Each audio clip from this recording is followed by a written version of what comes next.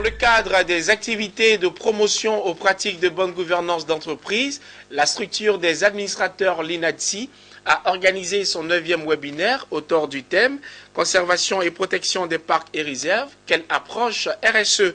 Ont pris part à ce webinaire la Fondation des parcs et réserves de Côte d'Ivoire et l'OIPR, entendez l'Office ivoirien des parcs et réserves. Les détails dans cet élément, commenté par Betty Kwaku.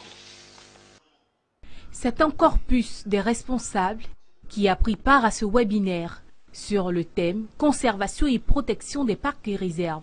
Quelle approche RSE ?»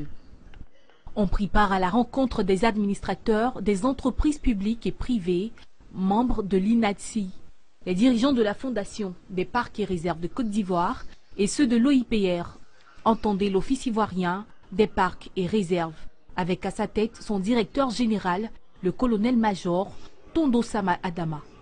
Tous ont fait le constat que les entreprises privées comme publiques, dans leur démarche de responsabilité sociétale, privilégient en général les secteurs de la santé et de l'éducation.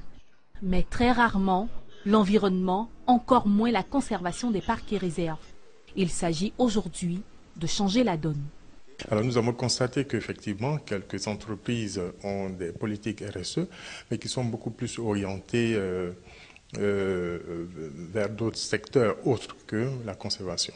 Alors donc c'était pour nous l'occasion de leur dire qu'une fenêtre était ouverte pour la conservation des parcs nationaux, puisque la conservation des parcs nationaux rentre bien dans le cadre de nos bases existentielles et il était donc impérieux de pouvoir donc sensibiliser ces chefs d'entreprise sur la nécessité d'un financement des parcs nationaux.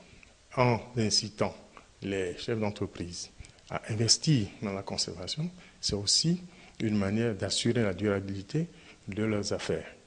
À l'issue du webinaire, Viviane Zunon-Kipré, PCA de l'Institut national des administrateurs de Côte d'Ivoire, INADSI, le colonel-major Tondo Sama Adama, directeur général de l'OIPR, et le docteur Fanny Ngolo, directeur exécutif de la Fondation des parcs et réserves de Côte d'Ivoire, ont convenu de poursuivre la sensibilisation des dirigeants d'entreprises publiques et privées, afin qu'une attention particulière soit accordée à la conservation du patrimoine naturel protégé.